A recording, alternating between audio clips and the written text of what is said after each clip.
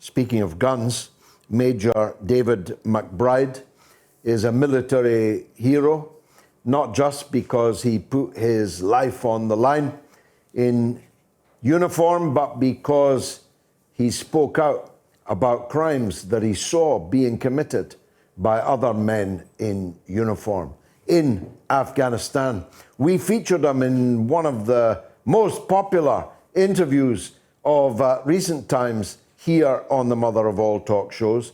And I wanted to catch up with how his prosecution, yes, you get prosecuted for telling the truth, ask Julian Assange, but also how he was feeling as he watched the withdrawal from the country in which he had served.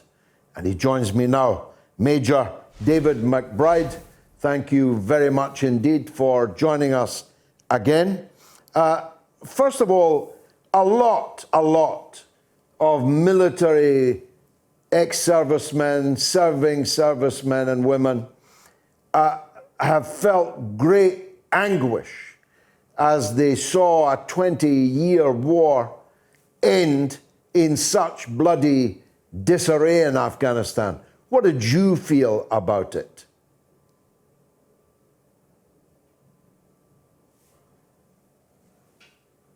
No greater reveal, I guess, of the curtain falling down as to what we saw on the 15th of August. It was showing the world that everything there was a lie, and the fact that the President Ghani took off with a bag full of money, ran for the hills with his supporters, and everything collapsed, and the Americans did have to escape by helicopter from the roof of their embassy, having said that would never happen. It revealed to the world what I and pretty much everybody who worked there knew. It was a debacle. It was all a lie.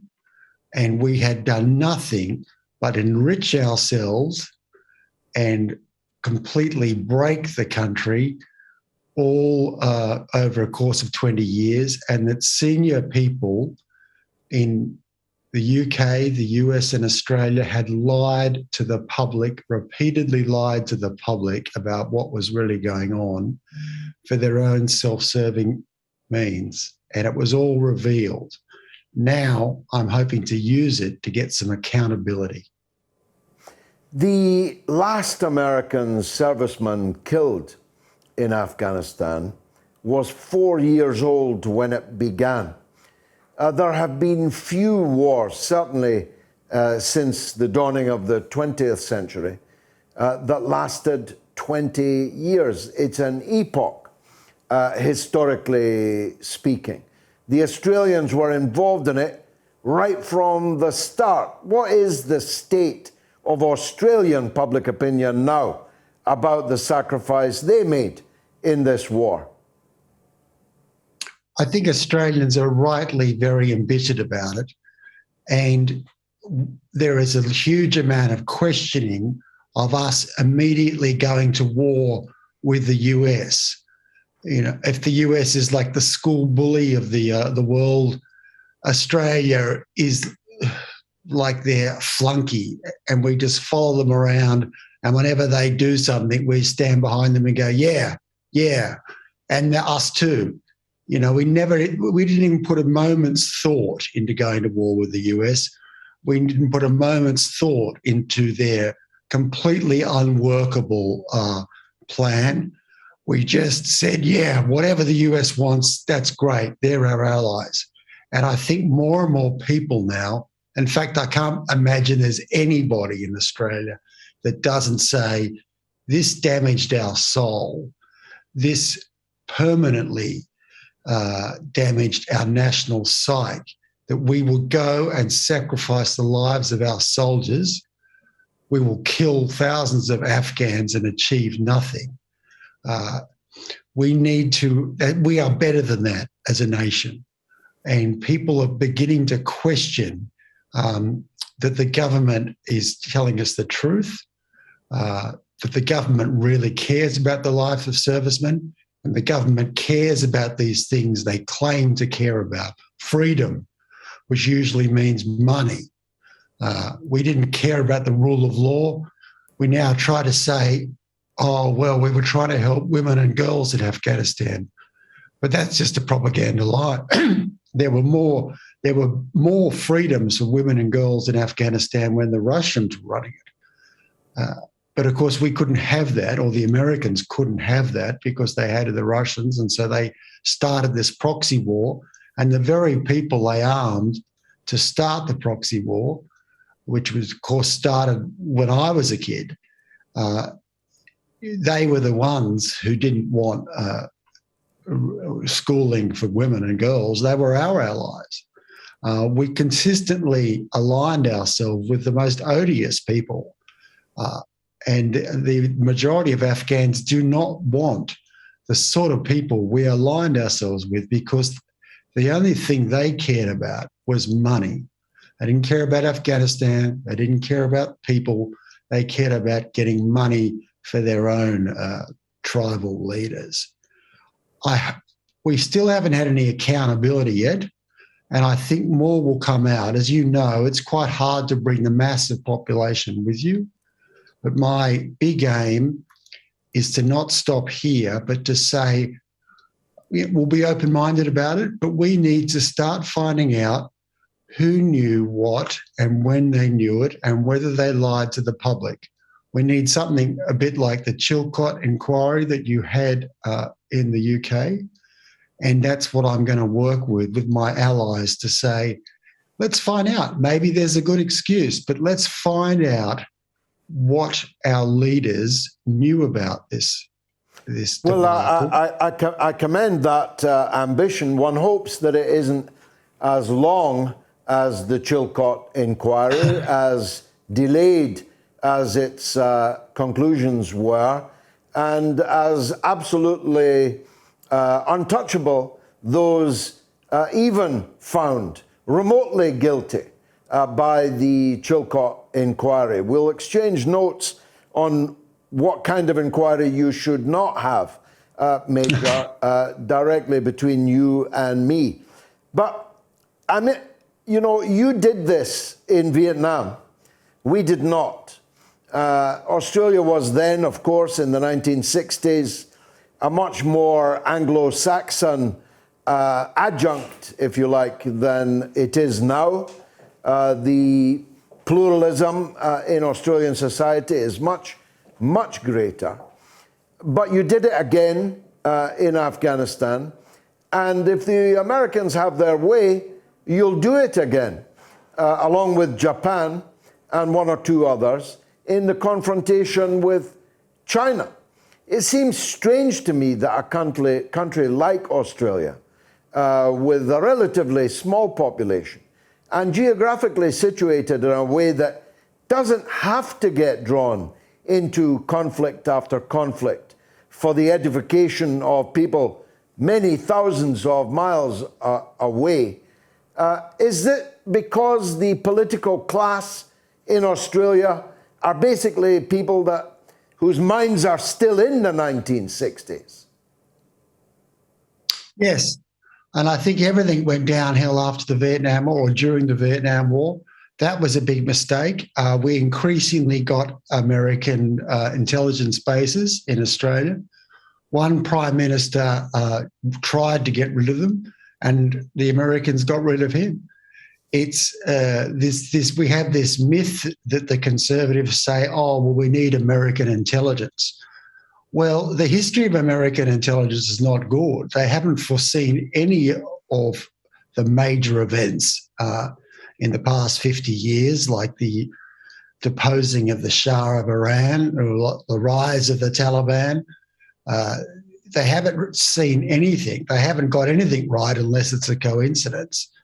And the idea that we need American intelligence is ridiculous. But they have, like in your country, a bit like the Prince Charles thing you were talking about, they have huge amount of influence where they donate to politicians through various different companies, and they kind of own the politicians. If the public knew the truth about what it costs us to be effectively part of America, I don't think they would like it. And the only reason America needs us is because they can't carry out these foreign adventures on their own. That's why they wanted us to come to the Iraq War, because they could say, oh, look, there's this first world country that's with us. It's not just us. And you're right. My big fear is not trying to get accountability for Afghanistan, but I'm trying to avoid us going to war with China, which is being talked up all the time, in the same way that we went to war in Afghanistan. And I'm trying to show through the Afghanistan debacle that the way that we go to war is totally based on false information. It is based on propaganda from America rather than the truth.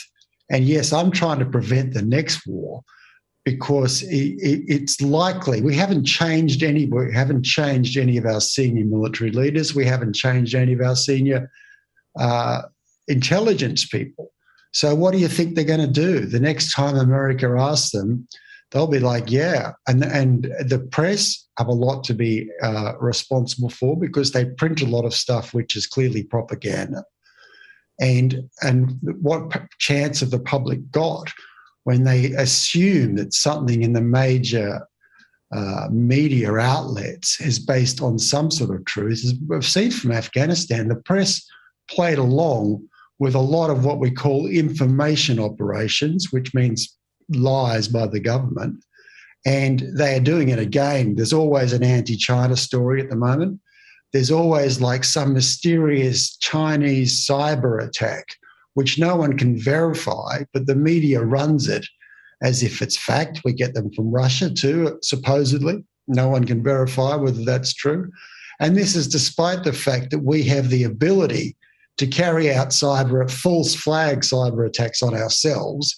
So we could easily fake it. But nobody questions these mysterious reasons for ramping up our security state.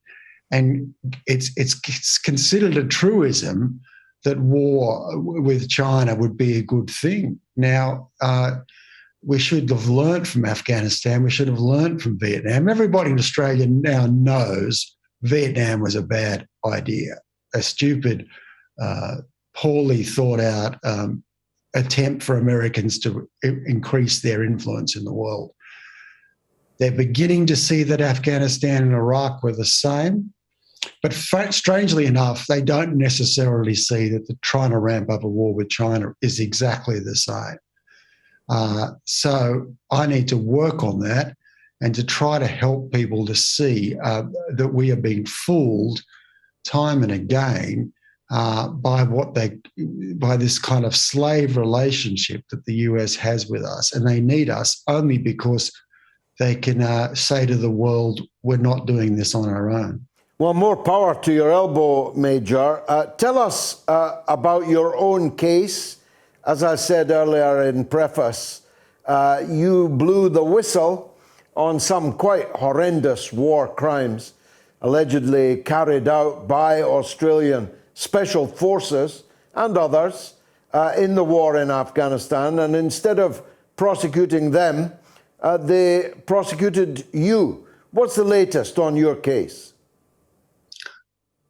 Well, it's going to be drawn out for another year. It'll eventually be 4 years before I get into court. And so that is disappointing in some ways. It's not the fault of the judge. The judge has been extremely fair. Every time I put in a witness statement to say what happened, the military, of course, countered with 20 witness statements, which are all highly classified, probably the same sort of stuff you saw in the Chilcot Inquiry. They're trying to avalanche me with this sort of, most of it is irrelevant information, and it's very hard for us to deal with it because everything is, I think, wrongly classified as highly sensitive stuff. And so that means it has to go around in literally an armoured car or thereabouts, and no one's allowed to see it unless they're in some sort of locked room. And from myself and my lawyers to study it is very hard. Anyway, the case has been put off for a year. I'm hoping I will see justice. The charges may eventually be dropped. We could have a change of government. The incoming government may think differently. I'm hoping in the meantime, the more and more scandals come out. One of the people, a major people accused of war crimes, is running a defamation action against the idea that he is a war criminal. If he loses that defamation action, it's a bit tricky for the viewers. You'll understand it. It will look effectively, it'll be the closest we will get to a trial. He's a famous person. He's one of the good examples of what I was trying to point out, in that he was a famous hero who got awarded every single medal possible. And yet there were, from the very beginning, there were people saying, you need to be careful. This is not necessarily what it seems. And I believe the government knew that, but they were more interested in positive appearances than they were the truth. And they didn't just give medals to the wrong people. They actually tried to put people, when they needed a scapegoat, they were that sinister. When they needed a scapegoat, they didn't have any problems with finding people who were just doing their job and chucking them in jail. We've become a very sinister, cynical organisation where we will sacrifice good people for the right press story. We will lionise bad people. We pretended the war was going well when it wasn't. And now we're probably going to do a whole new propaganda mission, not based on truth. We've become quite dystopian in Australia. And as you rightly pointed out, I'm the only one facing trial from the Afghanistan war, like the only one.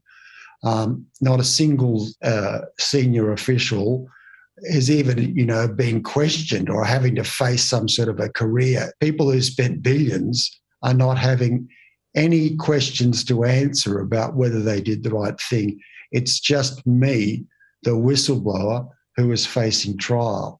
And it leads me to believe it's a bit like what Julian Assange said. They didn't want to win the war. They just wanted to prolong the war because it was self-serving. Well, dystopia, indeed. We both live there. Major David McBride, thank you very much indeed for joining us on the mother of all talk shows.